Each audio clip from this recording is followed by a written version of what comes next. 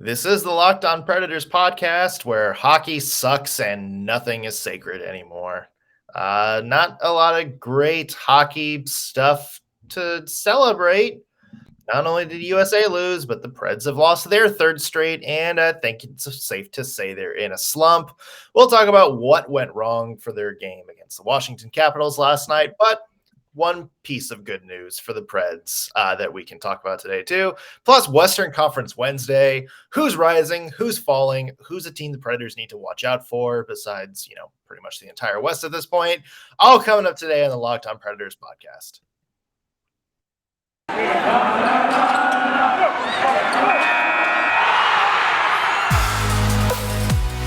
You're Locked On Predators, your daily podcast on the Nashville Predators. Part of the Locked On Podcast Network, your team every day.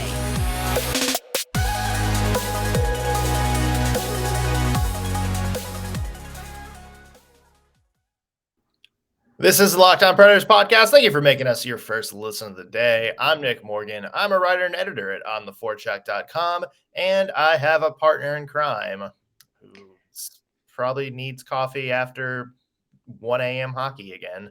Yeah, I'm a little bit tired. I'm a little hockeyed out, but that's all right. We're gonna muscle through this. I'm Ann Kimmel. I'm a writer at ontheforecheck.com. Yeah. Let's not say anything about the USA women right now, because we just had a big celebration of the USA men like 2 shows ago, talking about how well they've done.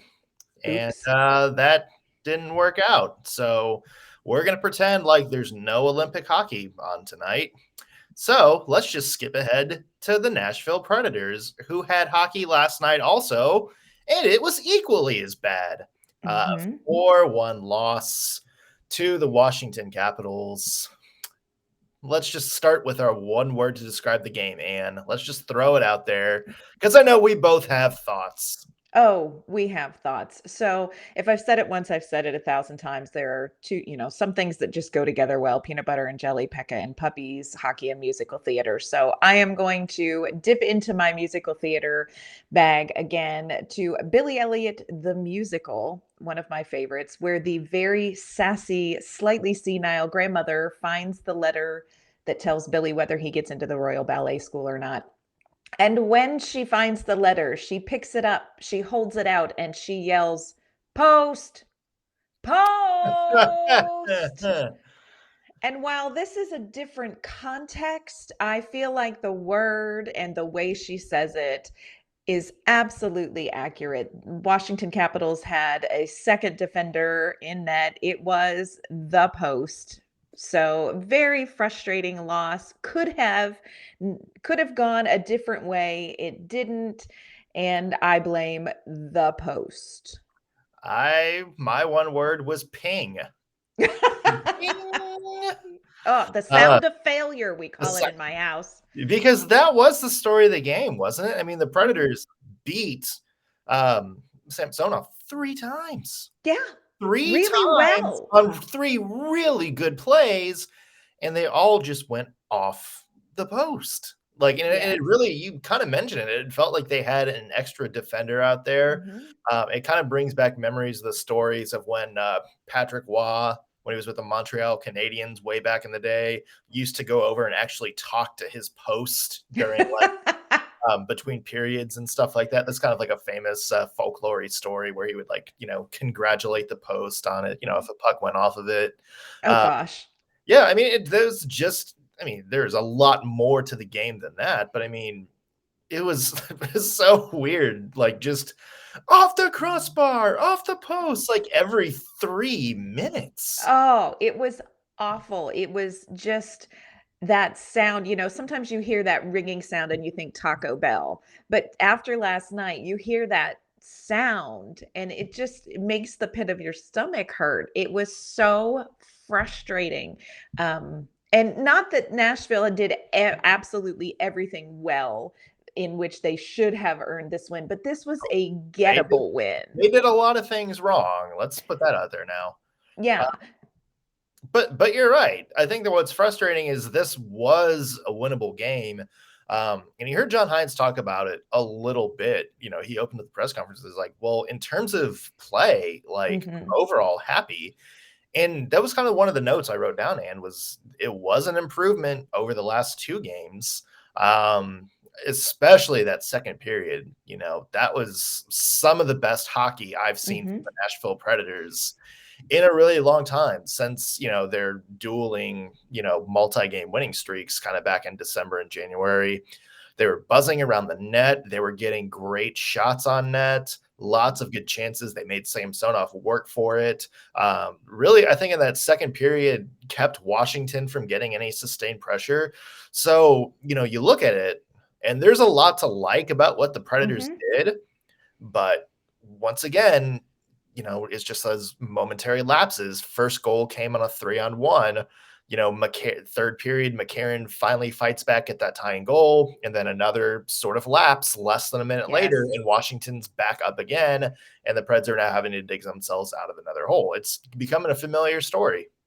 Yeah. And I think that's one of my big frustrations is that quick goal back that we seem to always give up, or not always. We need to be careful that we don't go too deep into the depths of despair, but that frequently happens. Let's not libel, yes. But that seems to frequently happen where Nashville gets themselves back into a game, and then just really quickly there is some sort of lapse where they're right back to being behind again. And I think Nashville has a great team. I think they have the ability to come back in these games, but you got to stop at some point shooting yourself in the foot. And timing wise, it matters. When you've got the momentum, you've just gotten a goal, it matters that you don't give one up a minute later. Yeah, and you kind of go back and look at where the Predators are, because you mentioned timing of this. Really since that, the streak at the start of the year, they won 5 straight to start the year. It hasn't really been great. Like the results just haven't been there. They're losing games they probably should be winning. I mean, it's quite a different team than what we saw in early January, where we were talking. It was like, hey, we think Reds of old are gone. Like, we think they've kind of turned a corner. We think this is legit. And they've sort of reverted back to that inconsistent play. I think it's the worst. Inconsistent, I think, is the right word to describe that. That unfortunately we saw too much of previous seasons. Yeah, no, and I agree with that. And I think that is so frustrating. I think it's it's a different kind of frustration when you watch a game like last night. The previous 2 games that we lost, what's going on. You know that this is penalties. You know that this is discipline. It's something that they can address. This isn't like a core issue. This isn't a chemistry issue. This isn't a lineup issue. But when you address the penalties, but you still just aren't finding that win, it really becomes frustrating. And that's something that I think John Hynes is really going to have to continue to coach the team out of. And I think he's done a good job. You watch the post-game press conference. Mark Borowiecki did the post-game for the players. And he was very clear about, look, we know what we need to do. We did the right things. We have to, keep being consistent. We have to do the right things, and not worry about the results. And I understand that, but we're getting to a point in the season where you really do have to worry about results. I think this game would feel different had it come the beginning of January. Coming right now, especially when we're seeing some other teams kind of making their move, it's a little disconcerting. Yeah, everything the Preds do from here on out, especially when it comes to the time right around the trade deadline, that is going to be under the microscope for a lot of different reasons. We're going to talk about some of the teams to watch out for in the Western Conference coming up here in a little bit. Plus, speaking of Mark Borowiecki, some news broke last night that I think Preds fans are going to be happy to hear. Before we get to that, though, you're going to be happy to hear about Built Bar. Built Bar is the candy bar or the protein bar that tastes like a candy bar. It's so good that you'll mix it up when you're doing an ad read for their product. Around this time of year, people usually give up on their New Year's resolutions just because sometimes, let's face it, eating healthy can be kind of boring. That's where Built Bar comes in. Hey, one thing you need to try are the puffs. It's a protein-infused marshmallow, fluffy and marshmallowy, and it's not just a protein bar. They're covered in 100% real chocolate, so you get a little bit of your sweet tooth to go with that. All Built Bars are low in calories, low in sugar, low in net carbs, but high in protein. If you got a go-to snack or you have a little stash of snacks hidden in your office, replace those with a few Built Bars. You'll stay full all day long, and you'll be eating something you can celebrate afterwards. There's so many flavors to choose from: mint brownie, coconut almond, plus white chocolate cookies and cream, here for a limited time. In fact, there are new flavors coming out for Built Bar all the time, so be sure you check the website often to see what's new. Their website is built.com, and if you're shopping there, you can use promo code LOCKED15 to get 15% off your order. That's promo code LOCKED15, all one word, no space. That's 15% off at built.com. And I think the big story after the past couple of losses has been, is it time to hit the panic button for the Predators yet? We're going to get into that discussion a little bit more tomorrow with a little bit more background and a little bit more nuanced arguments, because there is some cause for concern, but we'll see where everybody's panic meter is at that point. Let's talk about some good stuff that happened last night. Yes. Mark Borowiecki is coming back to the team next year, a 1-year deal worth $900,000. A rare first period intermission news dump for the Nashville Predators. It was kind of a cool moment, though. They had Boro announce the news himself live during a Carrie Hammer interview. And I think it's good all around. I mean, he's certainly been a good player this year, but more importantly, I think he's sort of become a fan favorite, and it's nice to see those kind of people sticking with the team and sticking in Nashville. Yeah, I think this is a fantastic signing. And I think you notice Boro when he's not in there. We've talked about when we haven't had Benning and Boro as our third pairing, that, something is a little off on the defense. Those two together really have something good going. And so I was so excited to see this just from an on ice and off ice kind of perspective. So super excited to have Mark Borowiecki back for another year. And I think he is very excited to be back as well. Yeah, because you kind of watched his style of play. I mean, he's kind of embodies that Predators identity. And that's something John Hynes himself brought up last night. Here's some audio from John Hynes' postgame press conference. How do you put together a team in different roles and different types of people? Because I think you get the player and you also get the person. What he brings off the ice. He's such a high character guy. He's a great teammate, real quality person. He's got a great family. So I think when you look at it from that perspective, he adds quite a bit, not only to the team, but I think to the organization. And then as far as a player, it's nice to see a guy that come in and, he's the ultimate teammate. I think when you look at how he plays, he sacrifices his body, he plays physical, he blocks shots, he's willing to stand up for teammates. He's a good voice on the bench, and he's a fabric to what the identity of our team is, and he adds an element to our team that's important. Yeah, you heard him say fabric of the identity of the team. I mean, he is the Predators' identity, basically, when you watch his game. That's exactly how they want to play. And it's good to see the Predators rewarding players who fit that mold instead of just bringing in, random high-end guys and trying to fit them in and build around them. It's good to kind of see them go, you know what? Mark Borowiecki is somebody who plays the way we want to play. We know how to use him. He knows how we want to use him. And it's just a perfect marriage all around. And it's good to see the Preds reward that. No, I agree with you. That was kind of one of my concerns as we're coming up to the trade deadline is, are the Nashville Predators going to kind of panic and get themselves, like you said, exactly, a high-end defender and kind of try to shore up any sort of defensive issues that they think they have by bringing in somebody new. And I think, man, you really lose something if you get rid of Mark Borowiecki from this lineup. You lose that identity. The other thing I want to say is kudos and a ton of credit and super happy.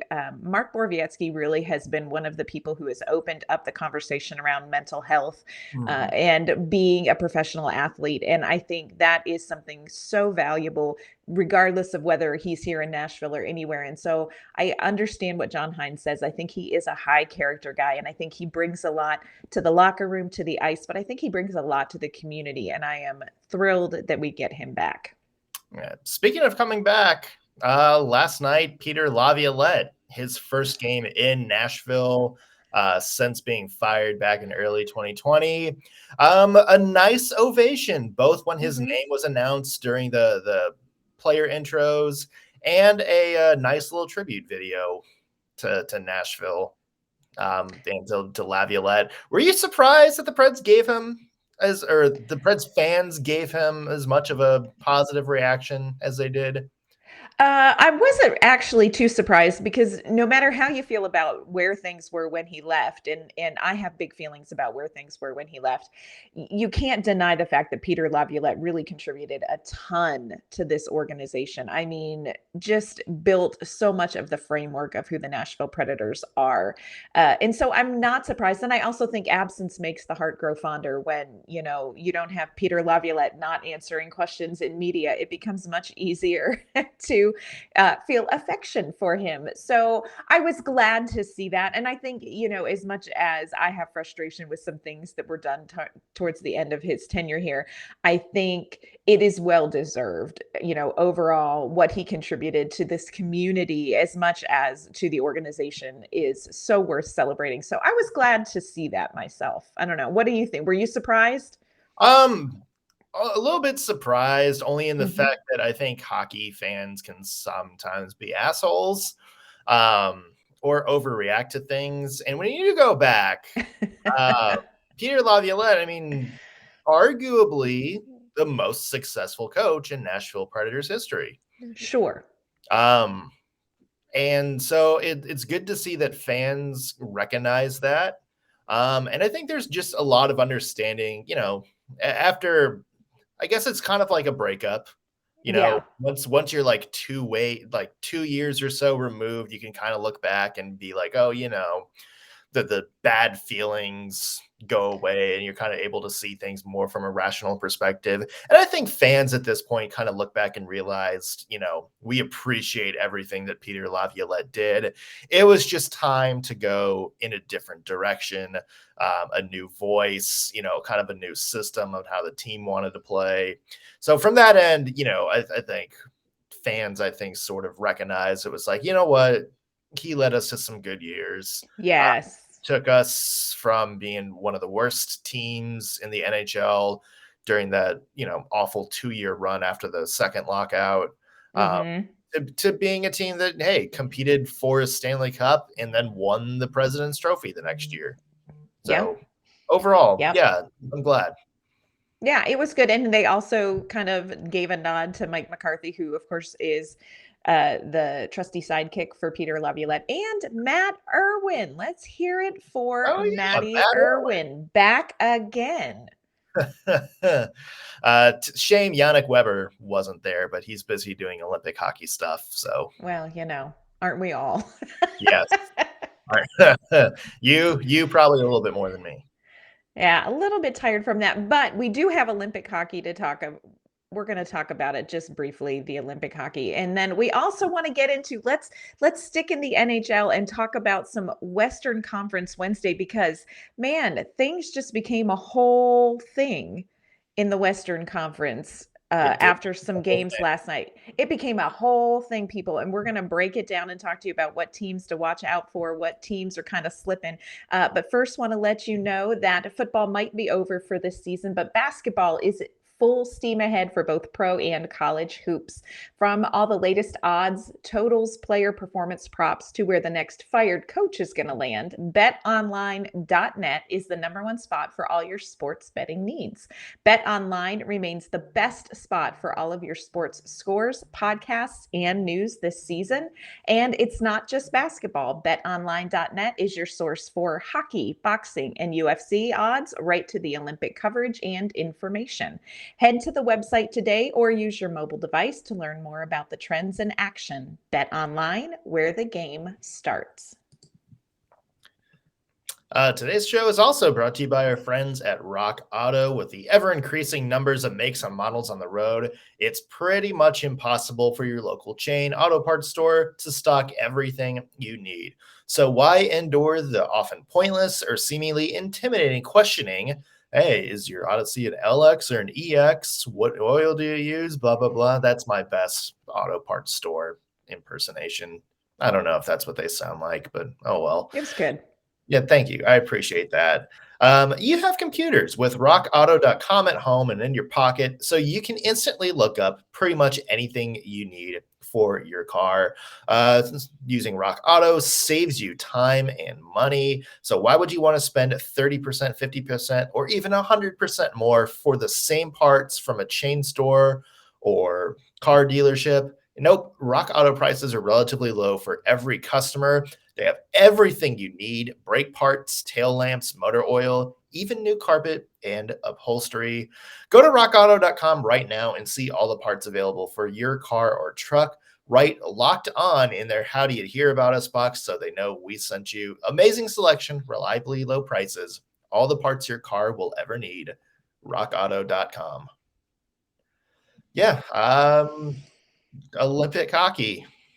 We could just make this brief. The United States men's team lost to a very tough Slovakia team, and it was painful. Yeah, you summed it up good there. Good for Slovakia because I think there's a lot of talent on that team. I know USA was the heavy favorites. I know a couple of days ago we had we did almost guaranteed a win over this game. Yeah, we did. Doesn't matter if they play Slovakia or Germany, they're gonna win. And then they didn't. But the Slovakia, I will say this, having watched these games, this Slovakia team is actually the real deal. And I know a lot of people were like, oh, I can't believe the men's team lost to them. This team is the real deal. They've got, just some really great talent on their team. It was a close game. I thought maybe the United States had it. Slovakia pulled their goalie in the last minute, tied the game up, went into overtime. Maddie Beniers had some great looks in overtime, didn't find the back of the net. It went to the shootout. We lost in the shootout. It was excruciating. It was 1 a.m. in the morning. Yeah, I think that was the painful thing. Not just the fact that everybody stayed up till 1 a.m. in the morning to watch it, but the fact that the USA had it. Right at the end. And it was a battle. Like the USA really did play a pretty good game all around, fought for every goal, looked like they had it, and then just couldn't close it out at the end. Slovakia had the extra man on the ice. Then you didn't mention a couple of chances to get it home, but it's still a good showing for Team USA. A lot of prospects, I think.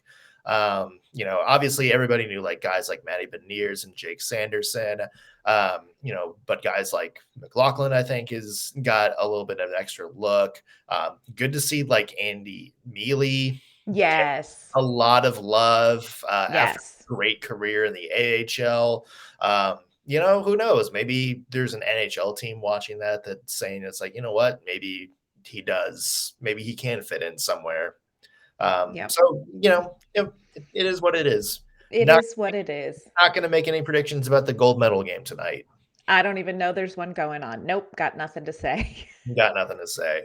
If there was one, it would be on at 10:10 Central Time tonight. Hopefully, you have more to say about the Western Conference in the NHL. It is Western Conference Wednesday. We look at the teams that are rising, falling. Who are some teams the Preds need to watch out for? You kind of mentioned a topsy-turvy, night in the Western Conference last night.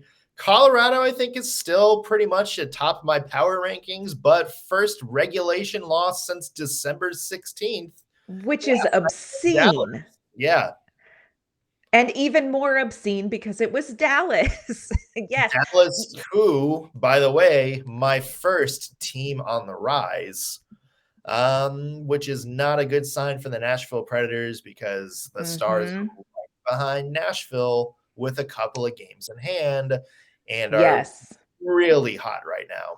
Really hot right now. A lot going well for them. Jake Ottinger has kind of stepped up to be like the guy. And they're getting depth scoring, which is what killed them earlier this year. Rupe Hintz is on a run. Miro Heiskanen kind of back to not being in a sophomore slump. John Klingberg, whatever his contract situation is, that doesn't seem to be distracting him because he's playing extremely well. So yeah. Yeah, I would agree with you 100%. The Dallas Stars I find slightly terrifying. And this is a team that Nashville Predators fans want to beat regardless of the rankings, but especially now vested interest in defeating the Dallas Stars. Like you said, they come to town next Thursday, Pecorine Day. Happy Pecorine Thursday. So there is no reason for Nashville not to win against the Dallas Stars at home on Pecorine Day. But yeah, I agree with you 100%. This Dallas team is slightly terrifying. The problem that they had earlier is they just couldn't get any consistency going. And like you said, they had a couple of players who just couldn't get their season off offensively. Well, that's kicked in now, and we're looking at a Dallas team that's creeping up on Nashville, and it is unpleasant. Yeah, closest I think the Stars have been to their Stanley Cup run team. Yes. Yes, I think we're seeing that. Yeah. Who's another team you have rising in the West? I have the Calgary Flames, which again, it's one of those things you're like, who thought they would say the Calgary Flames? But, they started off really hot, sort of tapered off. And I don't know that people really thought that they were a serious contender, but, they just completed a trade. They got Tyler Toffoli, so they're strengthening up their team. They're all in. Their move shows that they are all in on this. They've won 7 in a row. I think the Calgary Flames might be the real deal. And their goalie, Jacob Markstrom, might be playing his way up into Vezina frontrunnership right now. Certainly having a great year. The Flames are a team that have to go all in, don't they? Because you don't know what's going to happen this offseason with Kachuk and Gaudreau. It sounds like it's pretty much a foregone conclusion at this point. At least one of them is going to be gone, maybe both. So I expect Toffoli to kind of just be the appetizer for what Calgary is going to do at the deadline. They have no choice but to go all in, I think. We'll see how that goes. And who's a team you have falling in the West? I mean, I hate to say this, but and I'm not playing favorites clearly, but if you look at the Western Conference, the team that gives you the most concern right now are the Nashville Predators. They've dropped 3 in a row. You look at their stretch that they have coming up. You cannot, they've got, we've talked about games against Florida. They've got Carolina. They've got Dallas. They've got Tampa Bay. This is not a place, the Central Division is not a place where you can drop 7 in a row and expect to still be in the playoff hunt. So I'm very concerned about the Nashville Predators. We're going to talk tomorrow about just what my level of panic is. But I think the Nashville Predators are the team that stands out in the Western Conference as a team that may be dropping a little bit. What do you think? I agree with everything you said. Clearly, we talked about them a little bit already and how they've been. Another team, I'm going to kind of mention 2. One, from a hockey standpoint, a little bit disappointed about how the Winnipeg Jets have been playing here lately. I mean, disappointed is a strong word because, It's very nice to see the Winnipeg Jets losing a bunch. But, this was a team that when the Predators were on their run, and Colorado just started going on their run, they were right there. They were right there in the conversation. Connor Hellebuck was having a good year. Guys like Pierre-Luc Dubois looked like they were kind of stepping up to carry the load. And they just ran into some inconsistency troubles. They obviously had some injury issues that I think derailed them a little bit. But yeah, they're falling a little bit down the table. 3-5-2 in the last 10. So a little bit concerned there. I'm not sure if it's a minus or a falling, I should say, because they've been at the bottom all season. Do want to mention the Arizona situation. Oh, bless. Look, I think it's good. Having gone through 2007, I think it's good that the NHL is doing everything that they can to make hockey work in an untraditional market. I love that they're doing everything they can to try to make this work. Like, try to get the fans involved. They're thinking of the fans. The Coyotes do have, a pretty good fan base dating back to like those 90s playoff runs. There's a lot of interest there. But I also think you have to know when you're fighting a losing battle. Moving for at least 2 years, they said. Yes. An arena that is smaller than a lot of ECHL arenas is not the answer. That is there have been so many arena deals that have fallen apart. They're having trouble finding a permanent home because no city wants to, absorb the cost of them right now. And I think the frustrating thing is, you go back and you looked at how quickly the NHL moved the Thrashers out of Atlanta to go to Winnipeg. And, the whole thing seemed to happen in a span of 3 days. It was like, hey, the Thrashers are being sold. Hey, the Thrashers might be moving. Hey, the Thrashers are officially moving to Winnipeg. Right. So from that end, it's like, it kind of makes you wonder, would they be fighting as hard if this was a team, in the South that already didn't have the Preds and Hurricanes, somewhere on the East Coast that didn't have a lot of teams? Yes. I don't know. What are your thoughts on that, Anne? I think it's tough. It's a hard thing to watch. And I agree with you. I'm interested in what the NHL is doing. And the only thing I can think is, are there really no, you talk about the Thrashers, are there really no other places that are interested in having an NHL team? I mean, this really feels like you're kind of plugging a hole in the dam with your finger. So it's very painful to watch, and it makes you wonder what's going on in that market. And I'm with you. I think, there really are some passionate, we've run into some of the passionate Arizona fans. So it feels like something interesting is the wrong word. Something is happening in that market that just, I can't quite put my finger on. Yeah. I mean, you feel for Coyotes fans. You never want to cheer for the team to relocate unless you're Madden or something like that. But no, we feel for them. It's come on, NHL, admit it doesn't work. It's not working. Yeah, it's this solution is almost as painful as the problem. Exactly. Speaking of problems, tomorrow we are going to bust out the panic meter for the Nashville Predators. How concerned should we be about their recent slide? Be sure to tune in for that one. That's going to be a zesty discussion. In the meantime, Anne, where can the people find your work online? You can find my work at ontheforecheck.com, and you can find me on Twitter at ANK_Mama on Ice. I'm Nick Morgan. You can find my work at ontheforecheck.com. Follow me on Twitter at _NSMorgan. Also be sure to give the show a follow on Twitter, LO_Predators. If you're watching us on YouTube, be sure to like, subscribe, and leave us a comment on your thoughts on today's show. That's going to do it for us here today on the Locked On Predators podcast. We will see you back here tomorrow, everybody. Thanks for making us your first listen.